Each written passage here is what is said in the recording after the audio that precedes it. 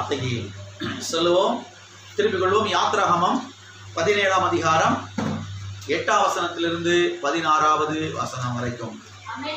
அமலேக்கியர் வந்து ரெவிதீமிலே இஸ்ரவேலரோட யுத்தம் பண்ணினார்கள். அப்பொழுது மோசே யோசுவாவை நோக்கி, நீ நமக்காக மனிதரை தெரிந்து கொண்டு புறப்பட்டு அமலேக்கோட யுத்தம் பண்ணு. நாளைக்கு நான் மலை உச்சியில் தேவனுடைய கோலை என் கையில் பிடித்துக் கொண்டு நிற்பேன் என்றான். யோசுவா தனக்கு மோசே சொன்னபடி செய்து அமலேக்கோட யுத்தம் பண்ணினான். மோசேயும் ஆரோனும் ஆரோன் என்பவனும் ஊர் என்பவனும் மலை உச்சியில் ஏறினார்கள். மோசே தன் கையை ஏறெடுக்கையில் இஸ்ரவேலர் மேற்கொண்டார்கள். அவன் தன் கையை தாழ விடுகையில் அமலேக்கு மேற்கொண்டான். மோசேயின் கைகள் அசந்து போயிற்று. அப்பொழுது அவர்கள் ஒரு கல்லை கொண்டு வந்து அவன் கீழே வைத்தார்கள். அதன் மேல் உட்கார்ந்தான். ஆரோனும் ஊரும் ஒருவன் ஒரு பக்கத்திலும் ஒருவன் மறுபக்கத்திலும் இருந்து அவன் கைகளை தாங்கினார்கள். இவ்விதமாய் அவன் கைகள் சூரியன் அஸ்தமிக்கும் வரைக்கும் ஒரே நிலையாயிருந்தது. யோசுவா அமலேக்கையும் அவன் ஜனங்களையும் பட்டய கருக்கினாலே முறியடித்தான். பின்பு கர்த்தர் மோசேயை நோக்கி, இதை நினைவு கூறும் பொருட்டு நீ ஒரு புஸ்தகத்தில் எழுதி யோசுவாவின் செவி கேட்கும்படி வாசி. அமலேக்கை வானத்தின் கீழெங்கும் இராதபடிக்கு நாசம் பண்ணுவேன். மோசே ஒரு பலிபீடத்தை கட்டி அதற்கு யெகோவா நிசி என்று பேரிட்டு, அமலேக்கின் கை கர்த்தருடைய சிங்காசனத்துக்கு விரோதமாய் தலைமுறை தலைமுறையாகவும் அவனுக்கு விரோதமாய் கர்த்தரின் யுத்தம் நடக்கும் என்றான். நம்முடைய தேவனுக்கு பல நாமங்கள் இருக்கிறது. எல் ஷடாய், எபினேசர், யெகோவா ஈரே, யெகோவா நிசி, யெகோவா ஷாலோம், யெகோவா ஷம்மா, யெகோவா ஷிக்கேனு, யெகோவா ரூவா அல்லது யெகோவா ரோஹி, யெகோவா ராஃபா, இமானுவேல், இயேசு, இப்படி பாருங்க பல நாமங்கள் நம்முடைய தேவனுக்கு இருக்கிறது. அது மாத்திரமல்ல, அந்த நாமத்துக்குள்ளேயே அவர் எப்படிப்பட்டவர், அவர் என்ன செய்ய முடியும், அவரால் என்ன முடியும் என்பதெல்லாம் அந்த நாமத்துக்குள்ளேயே அடங்கி இருக்கிறது. ஒரு நாமத்தை எடுத்துக்கொண்டீர்கள் என்று சொன்னால் அந்த நாமத்துக்குள்ளேயே அவர் யார், அவர் எப்படிப்பட்டவர், அவரால் என்ன செய்ய முடியும், அவர் எவ்வளவு வல்லமை உள்ளவர், அவர் எவ்வளவு பெரியவர், அவரால் எந்த விதத்தில் அந்த காரியத்தை அற்புதமாய் செய்து முடிக்க முடியும், எவ்வளவு அற்புதமாய் இந்த காரியத்தை கச்சிதமாய் செய்து முடிக்க முடியும் என்று பாருங்க. அந்த நாமத்துக்குள்ளேயே அது எல்லாமே என்ன செய்திருக்கிறது, அடங்கி இருக்கிறது. அது மாத்திரமல்ல, இதிலே பாருங்க முதலாவதாக எல் ஷடாய் என்கிற அந்த நாமத்தை குறித்து நாம் பார்த்தோம். எல் ஷடாய் என்றால் என்ன?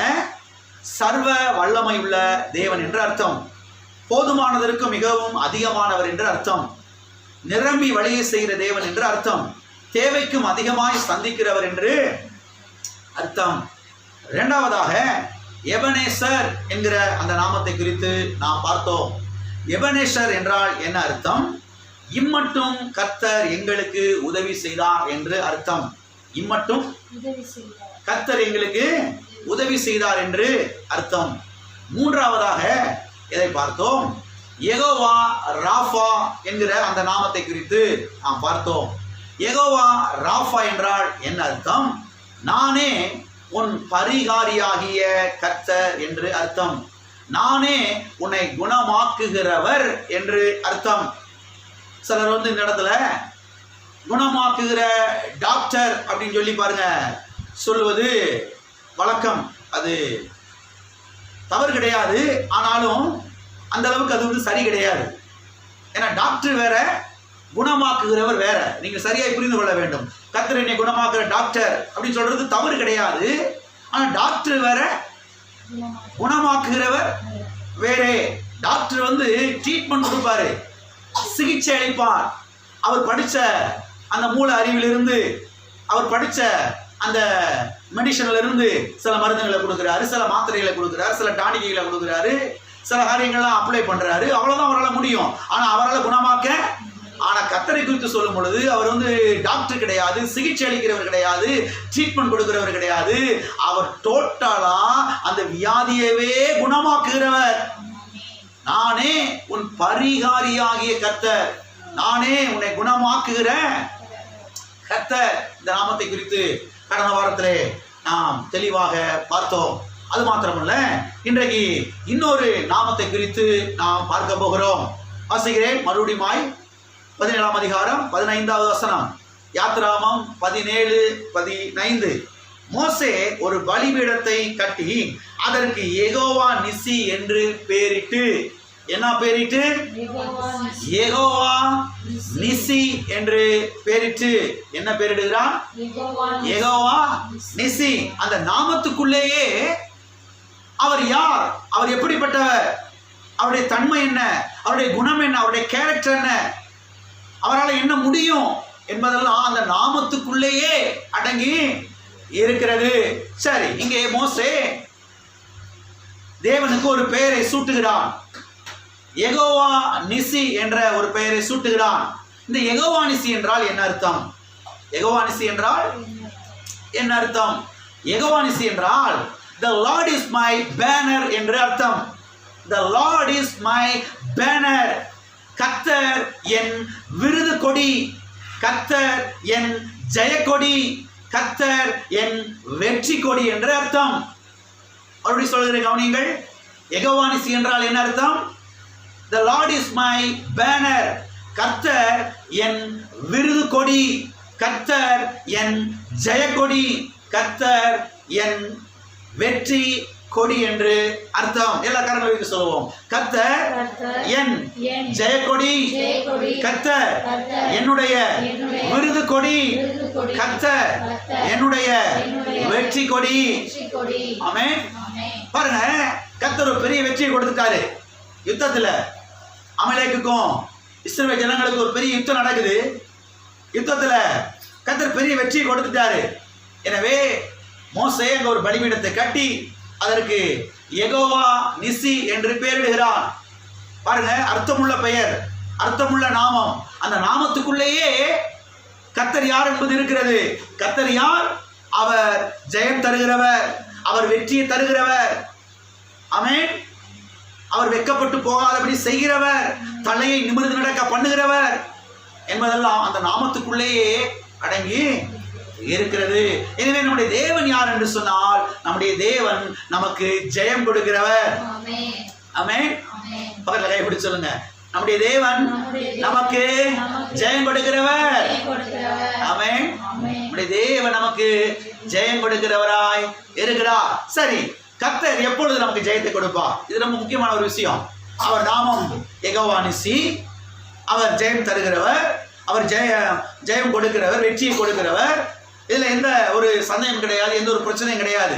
அவர் எப்பயுமே நம்ம சைடில் தான் இருக்கிறாரு, நம்முடைய சார்பாக தான் இருக்கிறாரு, நமக்கு ஜெயம் கொடுப்பாரு.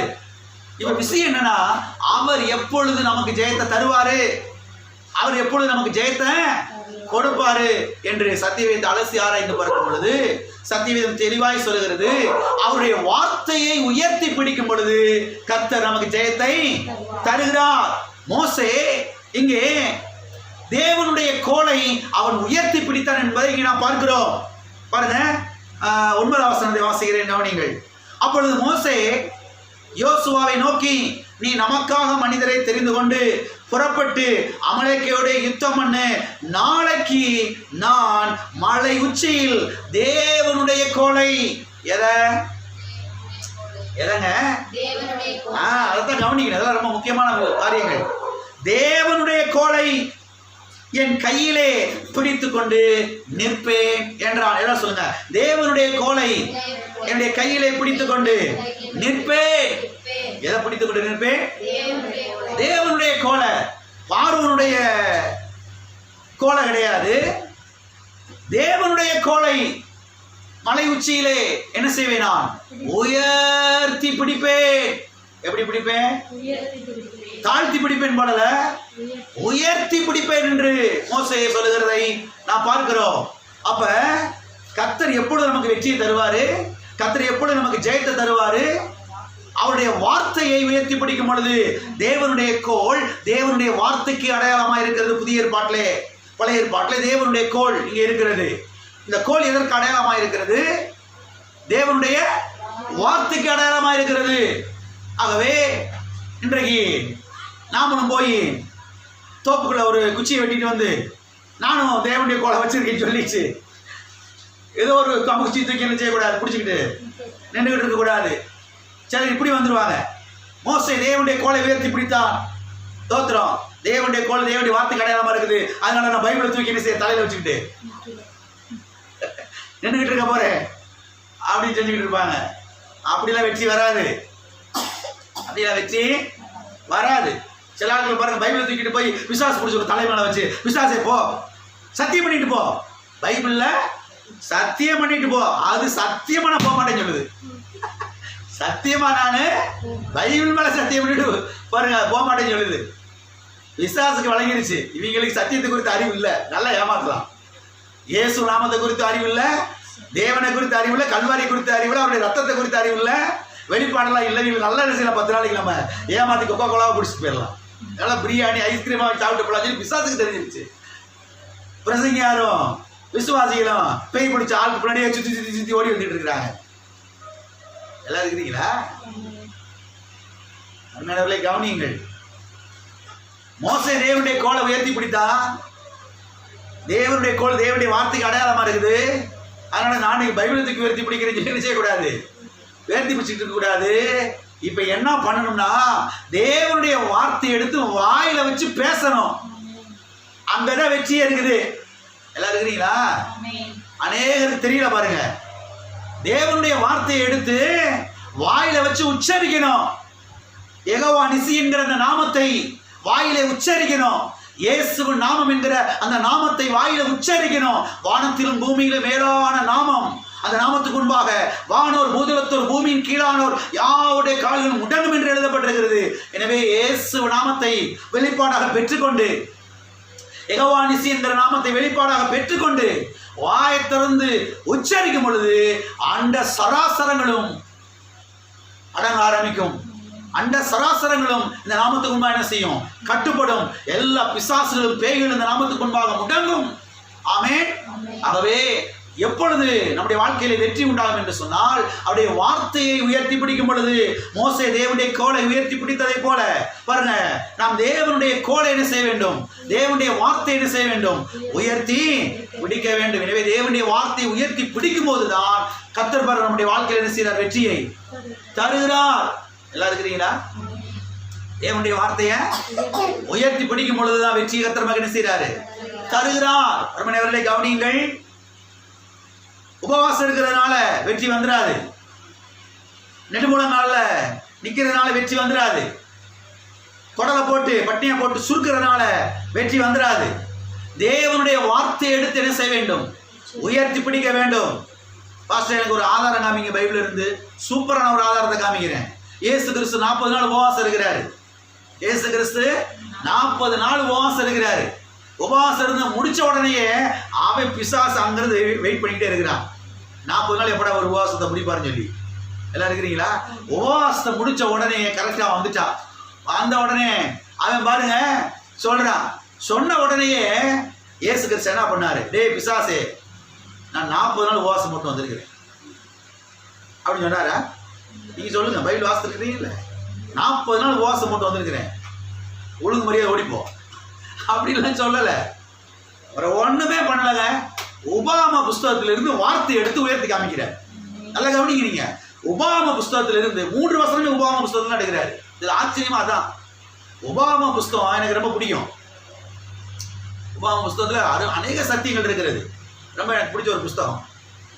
இஸ்ரவேலே நீ நன்றாயிருப்பதற்கும், இஸ்ரவேலே நீ நன்றாயிருப்பதற்கும், இஸ்ரவேலே நீ நன்றாயிருப்பதற்கு, இந்த வார்த்தை திரும்ப திரும்ப வந்துகிட்டே இருக்குது உபாகம புஸ்தகத்தில் மாத்திரம். அடுத்த வாசிக்கும் போது அதை அண்டர்லைன் பண்ணி வைங்க.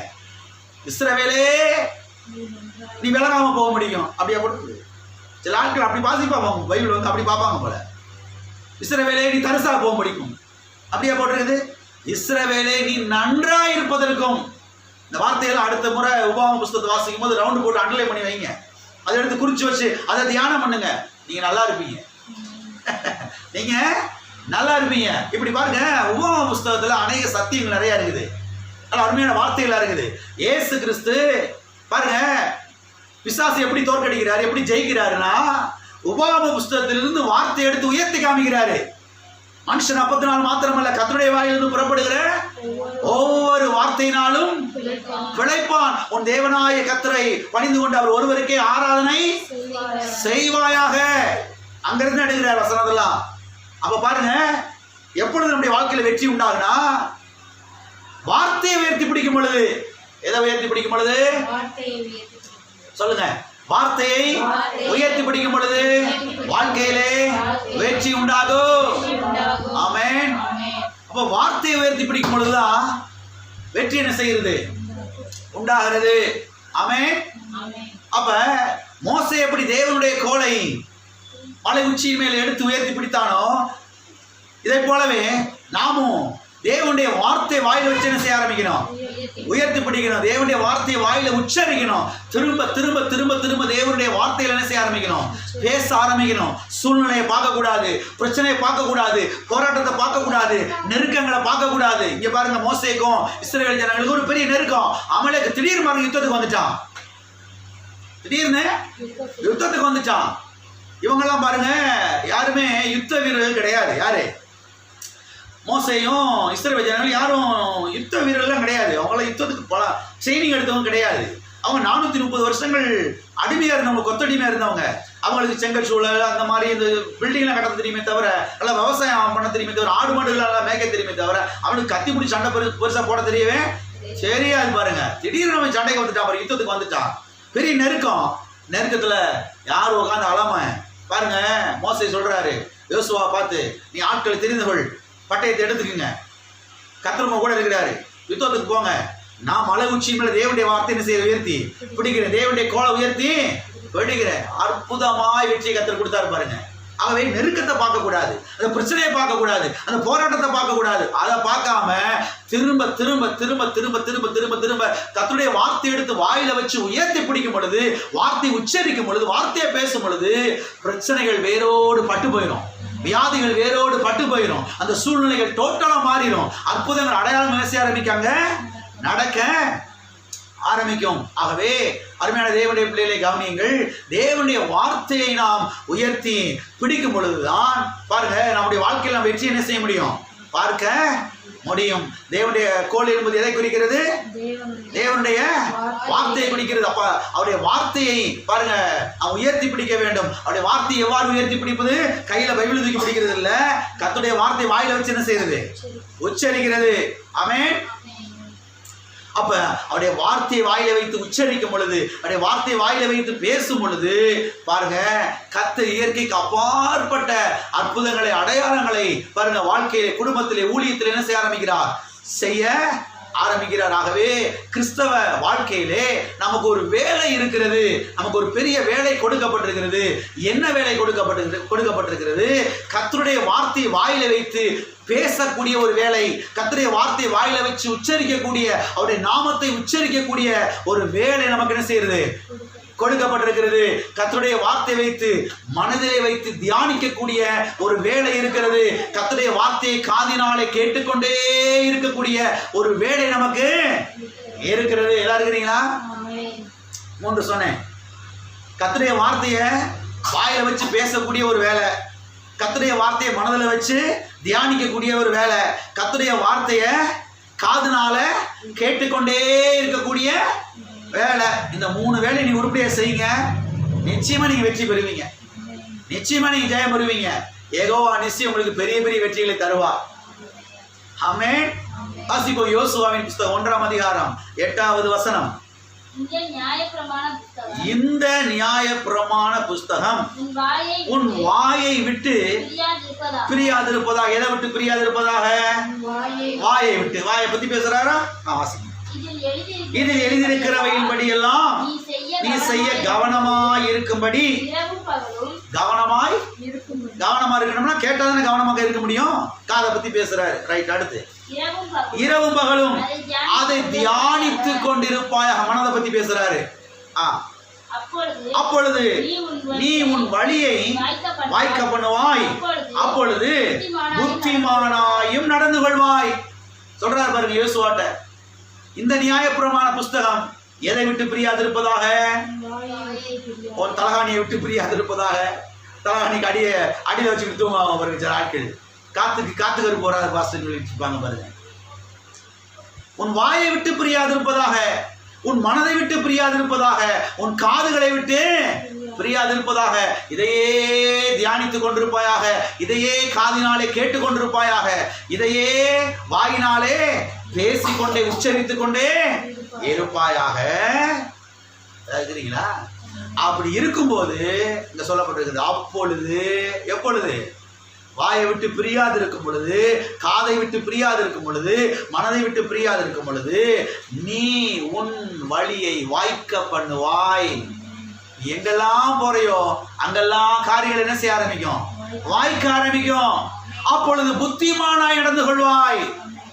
எப்படி நடந்து கொள்வாய்? புத்தி தான் இல்லாம போகுது சில சமயங்கள்ல. புத்தி வரணும்னா கர்த்தர் சொல்றாரு தியானித்துக் கொண்டிருப்பாயாக. போராட்டங்கள் எல்லாம் வெற்றி வரணும், போராட்டங்கள் எல்லாம் ஜெயம் வரணும் அப்படின்னா இந்த காரியத்தை செய்ய ஆரம்பிக்கணும். அப்பதான் யெகோவா நிச்சயம் நமக்கு வெற்றி என்ன செய்வாரு? தருவார். வார்த்தையை தியானித்துக் கொண்டிருப்பாயாக, வார்த்தையை வாயில வைத்து பேசிக் கொண்டிருப்பாயாக, வார்த்தையை காதினாலே கேட்டுக்கொண்டே இருப்பாயாக. அப்பொழுது நீ வெற்றி பெறுவாய், அப்பொழுது புத்திமான நடந்து கொள்வாய், அப்பொழுது நீ உன் வழியை வாய்க்க பண்ணுவாய். இந்த வசனம் பாருங்க மற்ற மொழிபெயர்ப்புகளிலே எப்படி வந்திருக்குதுன்னா, இந்த நம்முடைய தமிழ் பைபிள் எப்படி வந்திருக்குன்னா, புத்திமானாய் நடந்து கொள்வாய். எப்படி நடந்து கொள்வாய்? இந்த புத்திமானாய் நடந்து கொள்வாய் என்கிற வார்த்தை மற்ற மொழிபெயர்ப்புகள் எப்படி வந்திருக்குதுன்னா, அப்பொழுது நீ நல்ல வெற்றி பெறுவாய். நல்லா மொழிபெயர்த்திருக்கிறாங்க பாருங்க. புத்திமானாய் நடந்து கொள்வாய்னு சரியா விளங்கல, ஓரளவுக்கு தான் விளங்குது. ஆனா மற்ற மொழிபெயர்ப்புல எப்படி வந்திருக்குது? புத்திமானாய் நடந்து கொள்வாய். எப்படி நடந்து கொள்வாய்? எல்லாம் சொல்லுங்க. புத்திமானாய் நடந்து கொள்வாய். அதனால தான் பாருங்க பிள்ளைகளை அதிகமா பைபிள் வாசிக்க வைக்கணும். பிள்ளைகளை புத்தி நிறைய வரணும், நல்ல வெற்றி உண்டாகணும், காரியங்கள் எல்லாம் வாய்க்கணும், எக்ஸாம்ல நல்லா மார்க் வரணும், காலேஜில் நல்லா மார்க் வரணும், நல்லா உயர்ந்த நிலைமைக்கு வரணும்னா பிள்ளைகளை அதிகமாய் பைபிளை வாசிக்க என்ன செய்யணும்? அவங்கள கட்டாயப்படுத்தணும், காதை பிடிச்சி திருக்கணும், தூக்கணும், போடணும். படிக்கலைன்னா படிக்க வைக்கணும். வசனம் தான் காப்பாற்றும். ஆமென். அப்ப நல்ல வெற்றி உண்டாகணுமா, நல்ல ஜெயம் வரணுமா, புத்தி உண்டாகணுமா, போராட்டமெல்லாம் காரியங்கள் வாய்க்கணுமா, அப்ப இதை செய்யணும். என் வார்த்தைகளை வாயை விட்டு பிரியாதிருப்பதாக, என் வார்த்தைகள் உன் காதை விட்டு பிரியாதிருப்பதாக, என் வார்த்தைகள் உன் மனதை விட்டு பிரியாதிருப்பதாக. எனவே இரவும் பகலும் கர்த்தருடைய வார்த்தையில தியானமா இருக்கும் பொழுது நிச்சயமாய் நாம் என்ன செய்வோம்? வெற்றி பெறுவோம். நாம் செய்வதெல்லாம் வாய்க்கும். புத்திமான நடந்து கொள்வோம். நாம் இலையுதிராதிருக்கிற மரத்தை போல இருப்போம். ஆமென். வாசிப்போம். சங்கீதம் 1:2 வசனம் 3 வசனம். கர்த்தருடைய வேதத்தில் பிரியமாயிருந்து இரவும் பகலும் அவருடைய வேதத்தில் தியானமாயிருக்கிற மனுஷன் பாக்கியவான். அவன் நீர்க்கால்களின் ஓரமாய் நடப்பட்டு தன் காலத்தில் தன் கனியை தந்து இலை உதிராதிருக்கிற மரத்தை போல இருப்பான். அவன் செய்வது எல்லாம் எத்தனை வாய்க்கும்? அவன் செய்வது எல்லாம் வாய்க்கும். ஏன் பாஸ்டர் செய்யறதெல்லாம் வாய்க்க முடியுமா?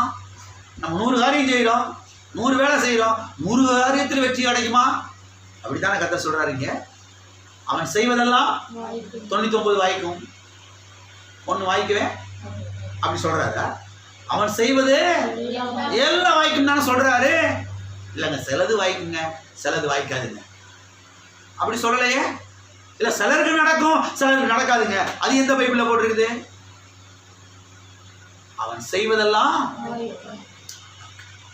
யார் பாக்கியவான்? இங்க சொல்லப்பட்டிருக்கிறது கர்த்தருடைய வேதத்துல பிரியம், இன்ட்ரெஸ்ட், அது ஆசை, அதுல ஒரு பசி, அதுல ஒரு தாகம். நேரம் கிடைச்சா உடனே என்ன செய்ய? வேதத்தை எடுத்து வாசிக்கணுமே, கர்த்தரை அறிந்து கொள்ளணுமே, அவருடைய பாருங்க தெய்வீகமான காரியத்தை அறிந்து கொள்ளணுமே என்ற ஒரு பசி, தாகம், அதான் பிரியம். கர்த்தருடைய வேதத்திலே பிரியமாயிருந்து இரவும் பகல் அவருடைய வேதத்திலே தியானமாயிருக்கிற மனுஷன் என்னது? அவன் தான் பாக்கியவான். 10 ஏக்கர் வச்சிருக்கவங்க பாக்கியவான் கிடையாது. 2 பம்பு செட் வச்சிருக்காங்க, அவங்க பாக்கியவான் கிடையாது. எங்க வீட்டுல 25 பவுன் நகை வச்சிருக்கிறோம், அவங்க பாக்கியவான் சொல்லி சத்தியம் சொல்லல. வச்சிருங்க, சந்தோஷம் வச்சுக்கோங்க, ஒன்றும் பிரச்சனை எல்லாம் கிடையாது. ஆனா யார் பாக்கியவான் சொல்லுங்க? ஒரு பிரச்சனை சொல்றாரு பாருங்க, என்கிற எல்லாத்தையும் எடுத்துக்க, என்கிற அவர் வச்சுக்கிறாரு. அவர்கிட்ட வந்து சும்மா அவருக்கு பிசாகாரம் கிடையாது. அவர் சொல்றாரு பாருங்க, அவர்கிட்ட ஏரோப்ளைன் இருக்குது, அவர்கிட்ட பெரிய பங்களா, அது இதெல்லாம் நிறைய வச்சிருக்கிறாரு, என்னென்னமோ வச்சிருக்கிறாரு. என்கிற எல்லாத்தையும் எடுத்துக்க, என்ற எல்லாத்தையும் எடுத்து, என்ற 1 ரூபா கடைசி என் பேங்க்ல இருக்கிற கடைசி 1 ரூபாயும் என்ன செஞ்சிரு? எல்லாத்தையும் எடுத்துரு, இந்த ஒரு பைபிளை மட்டும் என்கிட்ட கொடுத்துரு, போதும். ஏற்கனவே நீ எடுத்ததை விட டபுள் மடங்கு நான் வாங்கிடுவேன். நீ எடுத்ததை விட டபுள் மடங்கு, ட்ரிபிள் மடங்கு என்னால் வாங்க முடியும். இதை ஒன்று போதும் எனக்கு. இந்த ஒன்று இதுக்குள்ள தியானம் இருந்தா, இதுக்குள்ள ஆழமா போனா எல்லா ஆசீர்வாதமும் வர ஆரம்பிக்கும். எல்லாம் இருக்கிறீங்களா? இதைத்தான் மக்கள் புரிந்து கொள்ளணும், இதைத்தான் விசுவாசிகள் புரிந்து கொள்ளணும். வீட்டில் உட்காந்து பிரசங்க செய்தியில போட்டு கேட்க ஆரம்பிக்கணும், பிரசங்க செய்தியில போட்டு எழுத ஆரம்பிக்கணும், வேதத்தை வாசிக்க ஆரம்பிக்கணும், ஆவிக்குரிய புஸ்தகங்களை வாசிக்க ஆரம்பிக்கணும். எல்லாம் இருக்கிறீங்களா? இரவும் பகலும் கர்த்தருடைய வேதத்தில் தியானமா இருக்கிற மனுஷன் பாக்கியவான். ஆமென். சில ஆளுகளுக்கு என்ன பிரச்சனைனா, சிகரெட் குடிக்கிறத விட முடியல பாஸ்டர், அந்த பீடியை விட முடியல, அந்த மூக்குப்படியை விட முடியல. நான் எவ்வளவோ நல்லா வாழணும்னு தான் விருப்பப்படுறேன், நல்லா பரிசுத்தமாக வாழணும் தான் விருப்பப்படுறேன், முடியலையே, ரொம்ப கடுசா இருக்குது. நான் கிணத்து கோபுரம்னு சொல்றாரு, ஒரு நாளைக்கு 10-15 சிகரெட் அடிப்பாரா பாருங்க. அவரை பார்த்தா சிகரெட் குடிக்கிற மாதிரி தெரியல, இப்போ பார்த்தா 10-15 சிகரெட் அடிப்பாரா பாருங்க. பாஸ்டர்லாம் காரில் கூட்டிட்டு போவாரா பிரசங்கம் பண்றதுக்கு, அவங்க எல்லாத்தையும் உள்ள அடிச்சு விட்டு ஒரு காரில் உட்காந்து அடிப்பாரா பாருங்க, புதுசு புதுசுன்னு அடிச்சு பாரா பாருங்க. அவங்க பாஸ்டர் வர சொல்லி வேகமாக அமர்த்தி வச்சு போட்டு விட்டுரு. இவருக்கு ஆசைதான் பரிசுத்தமாக வாழணும்னு சொல்லி, ஆனா முடியல. அதனால என்னடா பண்றதுன்னு சொல்லிட்டு கஷ்டமா இருந்தா பாருங்க. ஒரு நாள் பாருங்க உட்காந்து அந்த விசுவாச கருத்தரங்களை உட்காந்து புஸ்தகத்துல கேட்டுட்டே இருந்தாரா பாருங்க. காலையில இருந்து சாயந்தரம் வரைக்கும் புஸ்தகத்தை கேட்டுட்டே இருக்கிறது, சீரட் குடிக்கிற மறந்துட்டாராம். சிகரெட் குடிக்கிறதா சாயந்தரமும் அப்பதான் நான் வருது, சீரட் குடிக்கலையோ, சிகரெட்டு அப்பதான் யோசித்தாராம், ஆஹா இதுதான் சரியான வழி. உட்காந்து நல்லா வேதத்தை வாசிச்சா, நல்ல வசனத்தை கேட்டா, நல்லா பிரசங்க செய்தியில கேட்டா, இதுக்குள்ள ஆழமா போன எதை விட்டுறலாம், அப்படியே விட்டுறாரா பாருங்க எல்லாத்தையும். அதனாலதான் பாருங்க இந்த வசனத்துக்குள்ள தியானம் இருக்கிறதுல பெரிய வெற்றியே இருக்குது. யார் பாக்கியவான்? கர்த்தருடைய வேதத்துல தியானமா இருக்கிற மனுஷன் தான் பாக்கியவான் என்று சத்திய வேதம் தெளிவாய் நமக்கு என்ன செய்யறது சொல்லுகிறது. எல்லாம் இருக்கிறீங்களா? கர்த்தருடைய வார்த்தையிலே தியானமா இருக்கிறவர்கள் தான் பாக்கியவான்கள் என்று சத்தியம் தெளிவாய் சொல்லுகிறது. அவன் எப்படிப்பட்ட மனுஷனாய் இருப்பானா? இங்கே நாம் பார்க்கிறோம், நீர்க்கால்களின் ஓரமாய், என்னங்க, அவன் நீர்க்கால்களின் ஓரமாய் நடப்பட்டு தன் காலத்தில் தன் கனியை தந்து இலையுதிராதிருக்கிற மரத்தை போல் இருப்பான். நீர்க்கால்களின் ஓரத்தில், அதாவது தண்ணீர் ஓடக்கூடிய அந்த ஓடையின் அருகே இருக்கக்கூடிய மரத்தை போல. இந்த ஓடைக்கு பக்கத்தில் இருக்கிற மரம் எப்பயுமே எப்படி இருக்கும்? செழிப்பா பச்சை பசைன்னு இருக்கும், நல்ல மாங்காய் தேங்காய் தொங்கிட்டு கிடக்கும். இருக்கிறீங்களா? செழிப்பா இருக்கும். இந்த வாய்க்கால் ஓரத்தில் இருக்கக்கூடிய அந்த மரமெல்லாம் ரொம்ப செழிப்பா இருக்கும். இங்க சொல்லப்பட்டிருக்கிறது, அவன் எவன்? கர்த்தருடைய வேதத்தில் தியானமா இருக்கிற மனுஷன், கர்த்தருடைய வேதத்தில் தியானமா இருக்கிற மனுஷன், கர்த்தருடைய வார்த்தை கேட்டுக்கொண்டே இருக்கிற மனுஷன், அவன்தான் நீர்க்கால்களின் ஓரமாய் நடப்பட்டு தன் காலத்திலே தன் கனியை தந்து இலையுதிராது இருக்கிற மரத்தை போல இருப்பான். அது மாத்திரம் அடுத்து சொல்லப்பட்டிருக்கிறது, தன் காலத்தில் தன் கனியை தந்து, அதாவது சரியான காலத்துல சரியான நேரத்துல அவனுக்கு உயர்வு வருகிறது. ஆமென். சரியான நேரத்துல கரெக்டான காலத்துல அந்தந்த சீசனுக்கு வருது பாருங்க. கொய்யாப்பழம் வருது, மாம்பழம் வருது, அந்த நவாப்பழம் வருது பாருங்க, கரெக்டான சீசனுக்கு வருது, நொங்கு வருது, கரெக்டா சொல்றாருங்க. கரெக்டா அந்தந்த காலத்துல அவனுக்குரிய எல்லா ஆசீர்வாதங்கள் வர ஆரம்பிக்கும், அவனுக்குரிய எல்லா பணங்கள் வர ஆரம்பிக்கும், அவனுக்குரிய எல்லா லாபங்கள் வர ஆரம்பிக்கும், அவனுக்குரிய எல்லா உயர்வுகள் வர ஆரம்பிக்கும், அவனுக்குரிய எல்லா வெற்றிகள் வர ஆரம்பிக்கும்.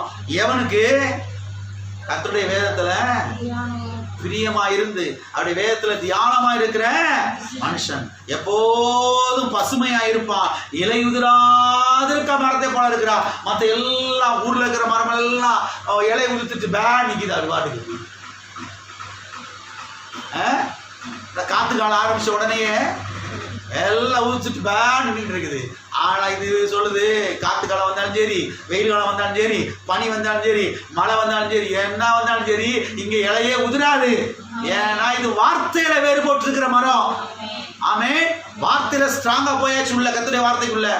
அதனால கனியும் குறையாது, இலையும் கீழே விழவே விழாது. எல்லாம் இருக்கிறீங்களா? அவன் செய்கிறதெல்லாம் வாய்க்கும். எத்தனை வாய்க்கும்? அவன் செய்கிறது 100க்கு 100 என்ன செய்யும்? 100க்கு 100 வாய்க்குமா? அது எப்படி முடியுமா? ஒரு 10 காரியம் வாய்க்கும், 10 காரியம் வாய்க்காம போகும். அதெல்லாம் சரின்னு ஒத்துக்கலாம், மனசு ஒத்துக்கிறது. ஆனா 100க்கு 100 வாய்க்குமா? 100க்கு 100 வாய்க்கிற அளவுக்கு வாழ முடியுமா ஒரு மனுஷன்? அப்படித்தானே சத்தியம் சொல்லுகிறது, அப்படித்தானே கர்த்தருடைய வார்த்தை போதிக்குது. அப்ப 100க்கு 100 ஏன் வாய்க்கிறத கண்டுபிடிக்கணும். நல்லா கவனிக்கிறீங்களா? 100க்கு 100 வாய்க்கும்னு சத்தியவேதம் போதிக்குது. அப்ப 100க்கு 100 வாய்க்கிற அளவுக்கு வாழ முடியுமா? வாழ முடியும். ஆனா வாய்க்கலையே. அப்ப ஏன் வாய்க்கல என்ன செய்யணும்? சத்தியவேதத்துல ஆன்சரை கண்டுபிடிக்கணும். அப்ப ஒரு ஆன்சர் இருக்குது. என்னன்னா, நாம என்ன பண்ணிருக்கிறோம்? இரவும் பகலும் கர்த்தருடைய வேதத்துல தியானமா இருக்கிறோமோ, வேற எதையும் தியானம் பண்ணிட்டு இருக்கிறோம். இரவும் பகலும் கர்த்தருடைய வார்த்தையை கேட்காம வேற எதையும் கேட்டுட்டு இருக்கிறோம். இரவும் பகலும் கர்த்தருடைய வார்த்தையில ஆழமா வேறு உண்டாம வேற எதுலயும் வேறு உண்டிக்கிட்டு இருக்கிறோம். வேற எதுலயும் இன்ட்ரெஸ்டா இருக்கிறோம், வேற எதுலயும் ஆர்வமா இருக்கிறோம், வேற எதுலயும் ரொம்ப ஆழமா போய்கிட்டு இருக்கிறோம். எல்லாம் இருக்கிறீங்களா? இதுல ஆழமா போனா, இதுல ஆழமா வேறு ஊன்றுனா நிச்சயமாக 100க்கு 100 நாம் செய்வதெல்லாம் என்ன செய்ய ஆரம்பிக்கும்? வாய்க்க. எனவே இங்கே பாருங்க, ஒரு தொடர்பு இருக்கிறது. என்ன தொடர்பு இருக்கிறது என்று சொன்னால், இல்ல கவனிங்க, கர்த்தருடைய வார்த்தையிலே நாம் தியானமாக இருப்பதற்கும் நாம் நம்முடைய வாழ்க்கையிலே வெற்றி பெறுவதற்கும் ஒரு நெருங்கிய தொடர்பு என்ன செய்கிறது? இருக்கிறது. மறுபடியும் சொல்றேன், கவனிங்க, இங்கே ஒரு தொடர்பு இருக்கிறது. என்ன தொடர்பு இருக்கிறது? கர்த்தருடைய வேதத்திலே நாம் இரவு பகலும் தியானமாக இருப்பதற்கும் நம்முடைய இந்த உலக வாழ்க்கையிலே வெற்றி பெறுவதற்கும் நெருங்கிய தொடர்பு இருக்கிறது. கர்த்தருடைய வார்த்தையில இரவும் பகலும் ஆழமா வேரூன்றி தியானம் இருந்தோம்னா இந்த உலக வாழ்க்கையில 100க்கு 100 நாம் வெற்றி பெறுவோம். அது எந்த மாற்றம் கிடையவே கிடையாது. எத்தனை பேர் வெற்றி பெற விருப்பப்படுறீங்க? ஆமே. எனவே நேரம் கிடைக்கும் போது கர்த்தருடைய வேதத்தை எடுத்து வாசித்து தியானிக்க பழக வேண்டும். ஆமே. தேவனுடைய வார்த்தை எடுத்துன்னு செய்ய ஆரம்பிக்கணும். தியானித்து அதில் ஆழமாய் போக தீவிரிக்க வேண்டும். அது மாத்திரம் இல்ல, கர்த்தர் யெகோவா நிசி நமக்கு என்றைக்கோ ஒரு நாளைக்கு வெற்றியை கொடுக்கிறவர் கிடையாது. யெகோவா நிசி எப்போது நமக்கு வெற்றியை தருகிறார், எல்லாவற்றிலும் வெற்றி நமக்கு என்ன செய்கிறார்? தருகிறார் என்று சத்தியவேதம் நமக்கு போதிக்கிறது. வாசிப்போம். 2 கொரிந்தியர் 2ஆம் அதிகாரம் 14ஆம் வசனம். யெகோவா நிசி நமக்கு எப்பொழுது வெற்றியை தருகிறார்? என்னால் வெற்றியை தருகிறார். 2 கொரிந்தியர் 2:14. கிறிஸ்துவுக்குள் எப்பொழுதும் எங்களை வெற்றி சிறக்க பண்ணி எல்லா இடங்களிலேயும் எங்களை கொண்டு அவரை அறிகிற அறிவின் வாசனையை வெளிப்படுத்துகிற தேவனுக்கு ஸ்தோத்திரம். இங்கே நான் பார்க்கிறோம், எப்பொழுதும் வெற்றி சிறக்க பண்ணி, எல்லா இடங்களிலேயும் வெற்றி சிறக்க பண்ணி. அப்ப யெகோவா நிசி என்ன பண்றாரு? எப்பொழுது நமக்கு வெற்றியை தர்றாரு? எல்லா இடங்களிலேயும் நமக்கு வெற்றியை தருகிறார். எல்லா கரங்களுக்கு சொல்லுவோம். யெகோவா நிசி எனக்கு எப்பொழுதும் வெற்றியை தருகிறார், எல்லாவற்றிலும் வெற்றியை தருகிறார். கிறிஸ்துவுக்குள் நான் வெற்றி பெற்றவன். ஆமென். வாசிப்போம். 1 கொரிந்தியர் 15ஆம் அதிகாரம் 57வது வசனம். நம்முடைய கர்த்தராகிய இயேசு கிறிஸ்துவினாலே நமக்கு ஜெயம் கொடுக்கிற தேவனுக்கு ஸ்தோத்திரம். நம்முடைய கர்த்தராகிய இயேசு கிறிஸ்துவினாலே நமக்கு ஜெயம் கொடுக்கிற தேவனுக்கு ஸ்தோத்திரம். ஜெயம் கொடுக்கிற தேவன் என்று எழுதப்பட்டிருக்கிறது. நம்முடைய கர்த்தராகிய இயேசு கிறிஸ்துவினாலே என்று எழுதப்பட்டிருக்கிறது. ஜெயம் கொடுக்கிற தேவனுக்கு ஸ்தோத்திரம். ஜெயம் கொடுக்கிற யெகோவா நிசிக்கு ஸ்தோத்திரம். அப்ப கர்த்தர் பாருங்க, என்னைக்கே ஒரு நாள் வெற்றி தருகிறவர் கிடையாது. எப்பயாவது நினைச்ச ஒரு நாள்ல வெற்றி தருகிறவர் கிடையாது. எப்பொழுதுமே வெற்றியை தருகிறார். ஏதோ ஒரு சில காரியத்தில் வெற்றி தருகிறவர் கிடையாது. எல்லாவற்றிலும் வெற்றியை, எப்பொழுது வெற்றி, எல்லாவற்றிலும் வெற்றி. எப்பொழுது வெற்றி நமக்கு உண்டாகும்? இரவும் பகலும் கர்த்தருடைய வேதத்திலே தியானமாய் இருக்கும் பொழுது, கர்த்தருடைய வார்த்தையை உயர்த்தி பிடிக்கும் பொழுது, தேவனுடைய வார்த்தை காதினாலே கேட்டுக்கொண்டே இருக்கும் பொழுது பாருங்க, நாம் வெற்றி சிறக்கிறவர்களா என்ன செய்கிறோம்? இருக்கிறோம். ஆமென். அது மாத்திரமல்ல, நாம் யெகோவா நிசிக்கு பிறந்திருக்கிறபடினாலே ஜெயிக்கக்கூடிய அந்த ஆற்றலை, ஜெயிக்கக்கூடிய அந்த பொட்டன்சியலை, ஜெயிக்கக்கூடிய அந்த கெப்பாசிட்டியை, ஜெயிக்கக்கூடிய அந்த ஆற்றலை பாருங்க தேவன் நமக்குள்ள என்ன செய்து விட்டார்? வைத்து விட்டார். அது நமக்குள்ளேயே இருக்கிறது. எல்லாம் இருக்கிறீங்களா? நம்ம ஊர்ல சொல்லுவாங்க, புலிக்கு பிறந்தது பூனை ஆகுமா? அது இருக்கிறீங்களா? புலிக்கு பிறந்தது, புலிக்கு பிறந்துச்சுன்னா அது நிச்சயமா எப்படிதான் இருக்கும்? புலியா தான் இருக்கும். அடிக்குதுன்னா அடிச்சுதான் ஆகும். அது எதுக்கு பயப்படவே பயப்படாது. எகிரின்னு அடிக்கத்தான் செய்யும். ஏன்னா அதுக்கு பிறந்திருக்காது. சத்தியம் சொல்லுகிறது, நம்ம யெகோவா நிசிக்கு பிறந்திருக்கிற அப்படின்னாலே, அவர் ஜெயிக்கிறவரா இருக்கிறதுனால, அவர் வெற்றி சிறக்கிறவரா இருக்கிறதுனால, அதே அந்த யாருக்குள்ள இருக்குது? நமக்குள்ளேயும் இருக்குது. வாசிப்போம். 1 யோவான் 5ஆம் அதிகாரம் 4வது வசனம். தேவனால் பிறப்பதெல்லாம் உலகத்தை ஜெயிக்கும். நம்முடைய நம்ம விசுவாசமே, நம்முடைய விசுவாசமே உலகத்தை ஜெயிக்கிற ஜெயம். தேவனால் பிறப்பது எல்லாம் உலகத்தை ஜெயிக்கும். யார் ஜெயிக்கும்? தேவனால் பிறப்பது எல்லாம். யாரால் பிறப்பதெல்லாம் உலகத்தை ஜெயிக்கும்? தேவனால் பிறப்பது எல்லாம். நாம் யாருக்கு பிறந்திருக்கிறோம்? தேவனுக்கு பிறந்திருக்கிறோம். யெகோவா நிசிக்கு பிறந்திருக்கிறோம்.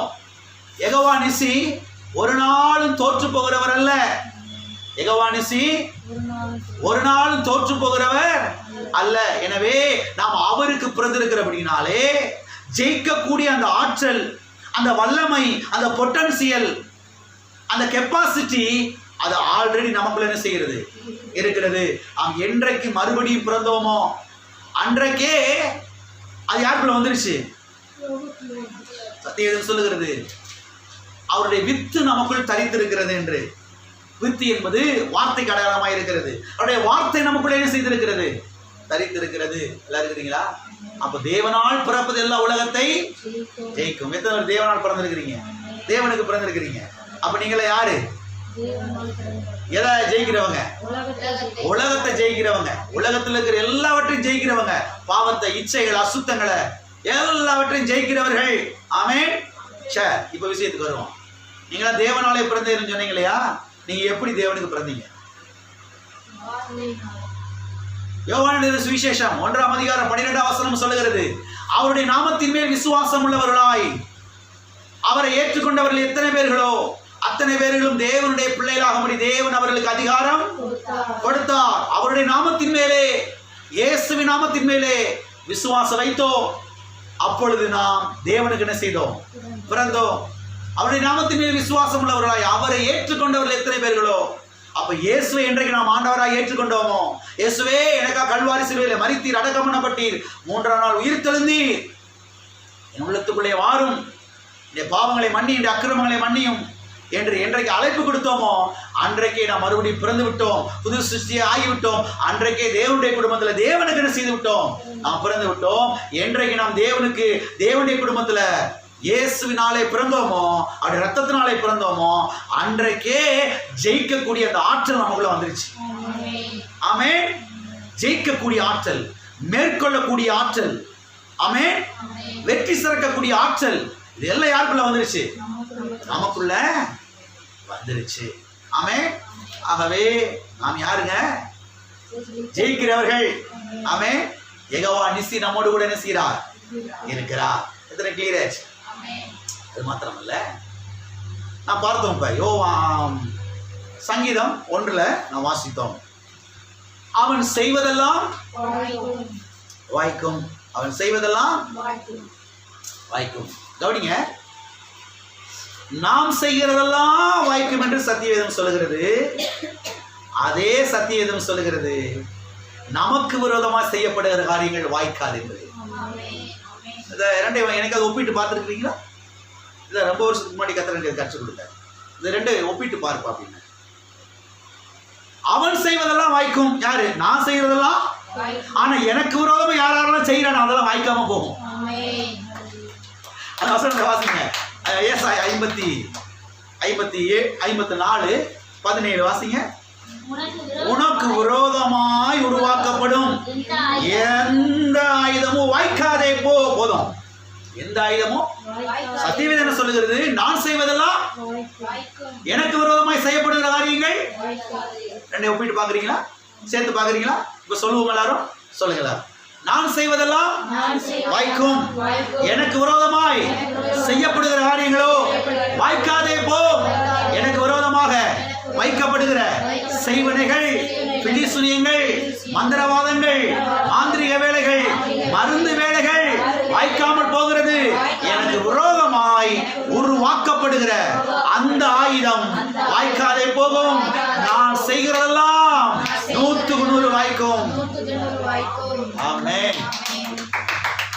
இதுக்கு முந்தின வசனங்களை வாசித்து பார்த்தீங்கன்னா ரொம்ப ஆச்சரியமா இருக்கும். கர்த்தர் சொல்றாரு, அந்த ஆயுதத்தை செய்யறானே அந்த ஆசாரி,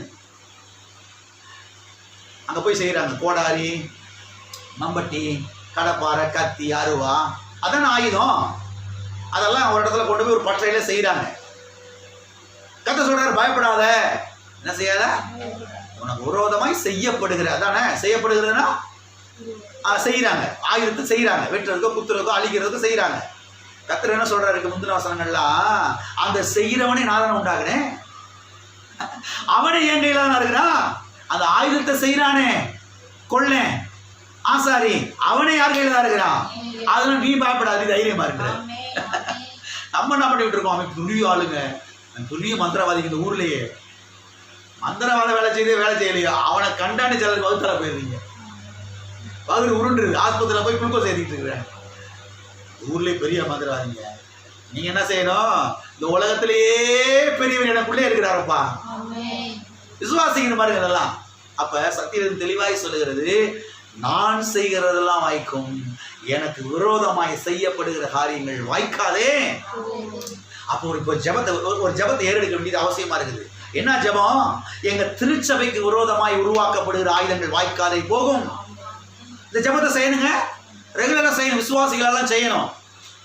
எனக்கு என்ன இருக்கக்கூடாது, எங்கள் சபைக்கு விரோதமாய் உருவாக்கப்படுகிற அத்தனை ஆயுதங்கள் அது வாய்க்காமல் போகிறது. எங்கள் சபைக்கு வரக்கூடிய விசுவாச பிள்ளைகள், விசுவாச குடும்பத்தார், அவர்களுக்கு விரோதமாய் செய்யப்படுகிற காரியங்கள் வாய்க்காமல் போகிறது.